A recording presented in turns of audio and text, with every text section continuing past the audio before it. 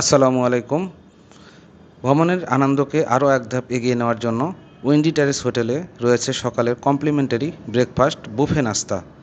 এখানে হরেক রকমের খাবারে ভরপুর এখানকার রেস্টুরেন্ট, যেখান থেকে খুশি আপনারা খাবার নিয়ে খেতে পারবেন এবং রয়েছে খাবার শেষে চা কফির ব্যবস্থা। তার সাথে রয়েছে সুন্দর একটি মনোরম পরিবেশ। যারা পরিবার সহকারে এই হোটেলে থাকছেন তাদের জন্য সকালে ব্রেকফাস্টের জন্য যে একটি ঝামেলা সেটা করতে হচ্ছে না এবং আলাদাভাবে খরচ করতে হচ্ছে না। বাসায় এখন পাগল, এটা বাসা, এটা হোটেল না, এটা হোটেল না, এটা তো আমাদের রুমটা হোটেল। এগুলো কি জানে কিনছো? এখানে কি কি আছে নাম জানো? এগুলার এগুলোর নাম জানো? কি কি নাম এগুলো? এটা দিয়ে ভালো হবে, আমাদের বাগানে দিয়া মাটি দেওয়া হবে। কি জন্য আসছো তুমি চিটাগাং কক্সবাজার?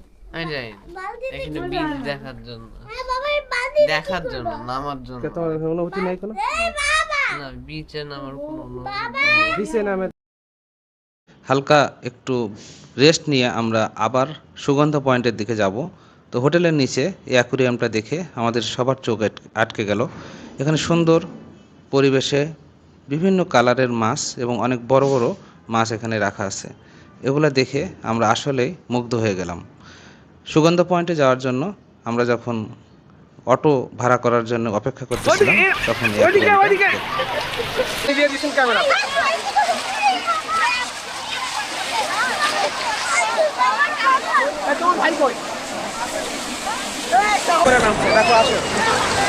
দেখছো ডুবতেছে না, কিন্তু ওখান তো ডুবতেছে না। নাম কি তোমার? নাম কি? নাম কি? হ্যাঁ, এটা কি বুদ্ধি বার করছো? এটা তো ডুবে যায় না, এটা বললে কি ডুবে যায় না পানিতে? দেখছো?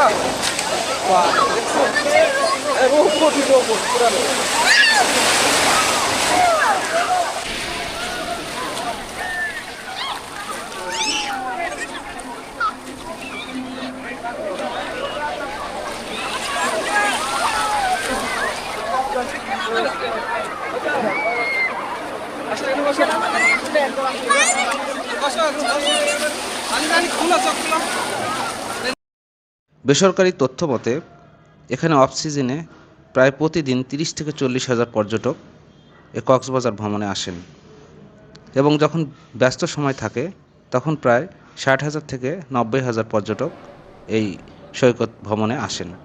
এবং যখন ঈদের সময় বা অন্যান্য অকেশনাল ছুটি থাকে, সরকারি ছুটি, সেই সময় বলা হচ্ছে যে 1 লাখ থেকে 1.5 লাখ লোক প্রতিদিন এই কক্সবাজার ভ্রমণের জন্য আসে। সাগরের এই মনোরম দৃশ্য কার না ভালো লাগে। উপরে নীল আকাশ এবং নিচে নীল সাগরের পানি এবং একটু পর পর বড় বড় ঢেউ এসে সাগর পাড়ের বালিগুলো ভিজিয়ে দিচ্ছে এবং সূর্যের আলোতে সেগুলো চিকচিক করছে। এক মনোরম পরিবেশ, তাই যারা একবার আসে তারা বারবার এখানে আসতে চায়। বাচ্চারা এখানে খেলাধুলা করছে, কখনো সাগরের পানিতে নেমে ঝাপাঝাপি করছে, কখনো বালি কেটে পাহাড় বানাচ্ছে, কখনো গর্ত করছে। তাদের এই দৃশ্যগুলো আমাদেরকে অনেক মুগ্ধ করে, যার কারণে আমরা বারবার এই সাগর পাড়ে আসি। উইন্ডি টেরেস হোটেলের কর্তৃপক্ষের তথ্য মতে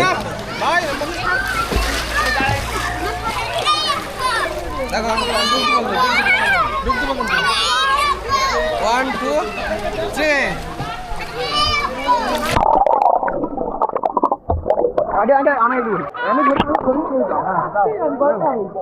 দাও এখানে যাও। হ্যাঁ দাও।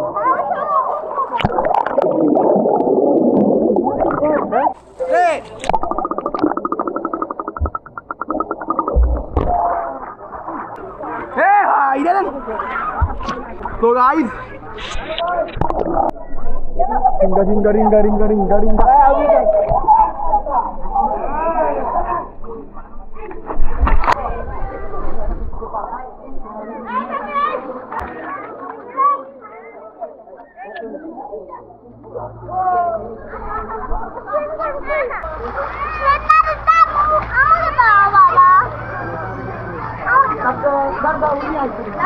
ring. না দিচ্ছি ছেড়ে দিচ্ছি না ধরো ধরো না বলো কি বলবো বলো আরো দূরে নাও হ্যাঁ হ্যাঁ বলো বলো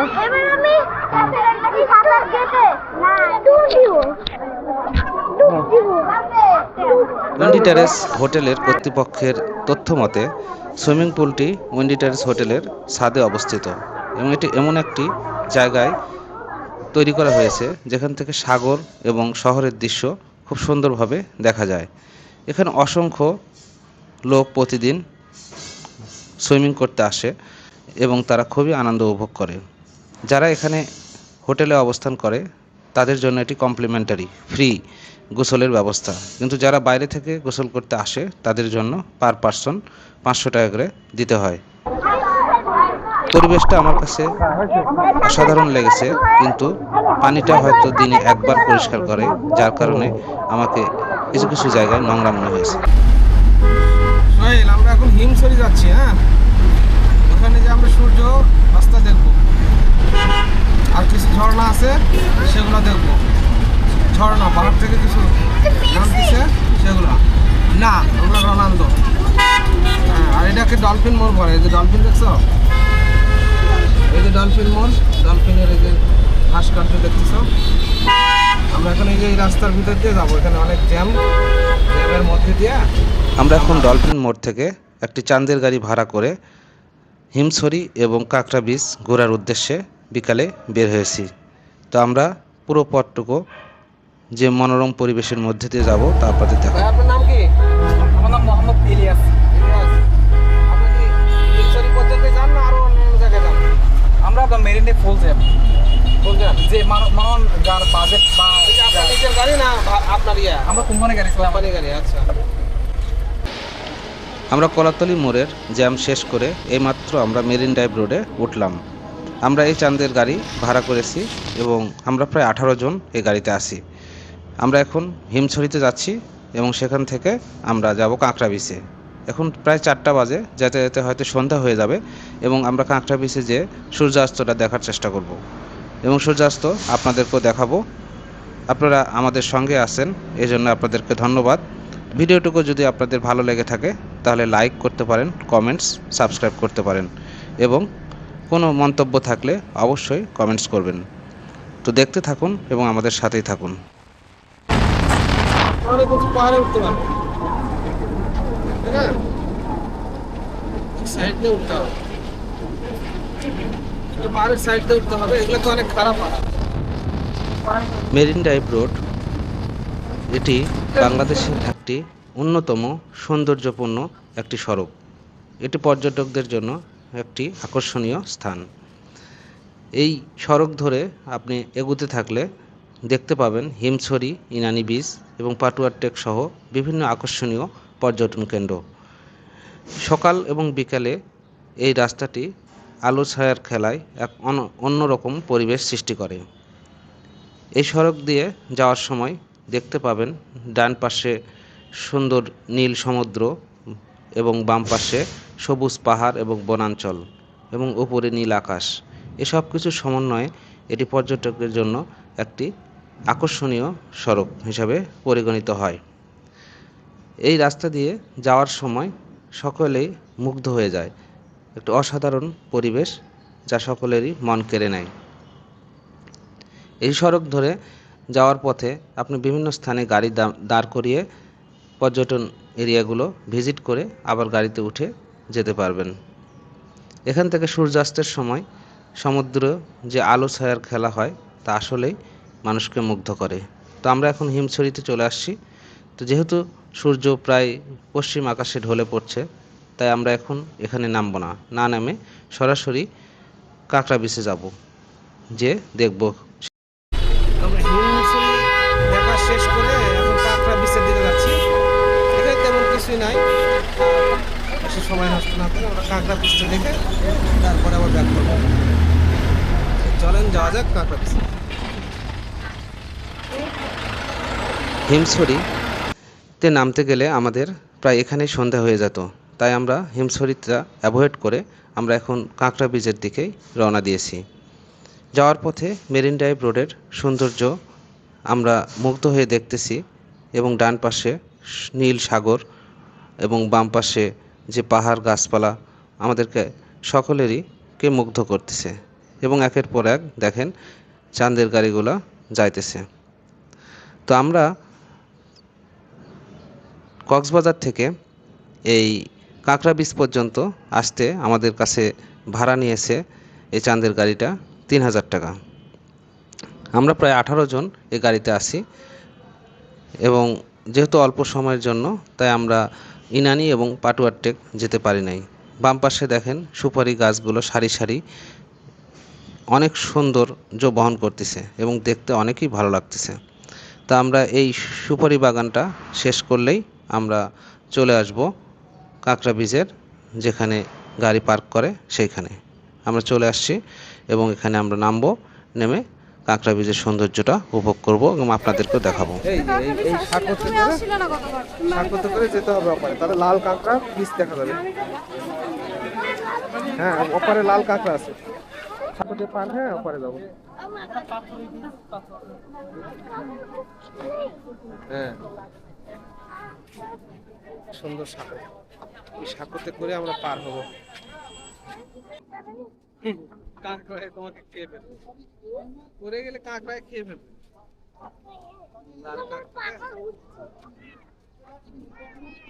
আগেরবার যখন আসে অতটুকু ছিল, তখন পানি কম। মেন রোড থেকে এই সেতু দিয়ে আমরা পার হওয়ার পরে একটি ঝাউ বনের মধ্যে ঢুকে গেলাম। প্রায় সন্ধ্যা হয়ে যাচ্ছে, সূর্য প্রায় পশ্চিম আকাশে ঢলে পড়ছে। এখানে কিছুদিন আগে হয়তো ঝড় হয়েছিল, সেজন্য অনেক গাছপালা ভেঙে পড়ছে এবং যাতায়াতের অনেক সমস্যা হচ্ছে। আগের বার যখন আসছিলাম তখন একটি রাস্তা দিয়ে যেতে পারছিলাম, কিন্তু এখন অনেক ভাঙ্গা গাছপালার মধ্যে দিয়ে এই বিচে যেতে হচ্ছে। এখানে অনেক লোকজনই আসা যাওয়া করে এবং বেশ ভালোই লাগে এবং অন্যান্য জায়গার চেয়ে এখানে গ্যাদারিং কম। দেখেন খুবই মনোরম পরিবেশ, কিন্তু প্রবলেম হলো আমরা বিকেলে আসছি, এখানে লাল কাঁকড়া এখন দেখা যাবে না। পর্যটকরা এবং স্থানীয় লোকজনের ভাষ্য মতে সকালের দিকে অর্থাৎ সূর্য উদয় হওয়ার কিছুক্ষণের মধ্যে আসলে তখন কিছু লাল কাঁকড়া এখানে দেখা যায়।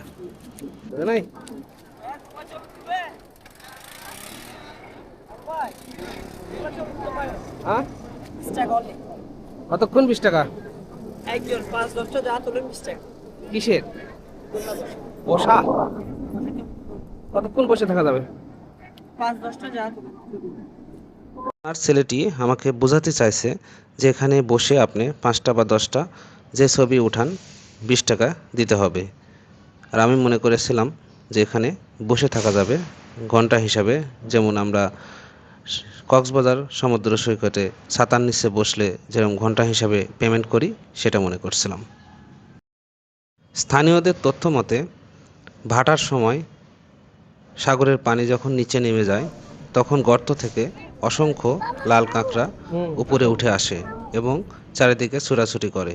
এই দৃশ্যটা অনেক মনোমুগ্ধকর, তাই এই দৃশ্য দেখার জন্যই পর্যটকরা এখানে আসে, কিন্তু সবসময় এই কাঁকড়া দেখা যায় না, তাই অনেককে নিরাশ হয়ে যেতে হয়। আমরাও আসছিলাম এই কাঁকড়াগুলো দেখার জন্য, তাই বিকাল হওয়ার কারণে আমরাও কোনো কাঁকড়া দেখতে পাই নাই। তো আজকের পর্ব এখানেই শেষ হলো। আমাদের পরবর্তী ভিডিও হচ্ছে রেডিয়েন্ট ফিশ ওয়ার্ল্ড অর্থাৎ অ্যাকোরিয়াম, কক্সবাজারে যে অ্যাকোরিয়ামটা আছে যেটা বাচ্চাদের জন্য খুবই আকর্ষণীয়, এটা আমাদের আগামী পর্বে আমরা দেখব ইনশাল্লাহ। তো আজ এই পর্যন্তই, আল্লাহ হাফেজ।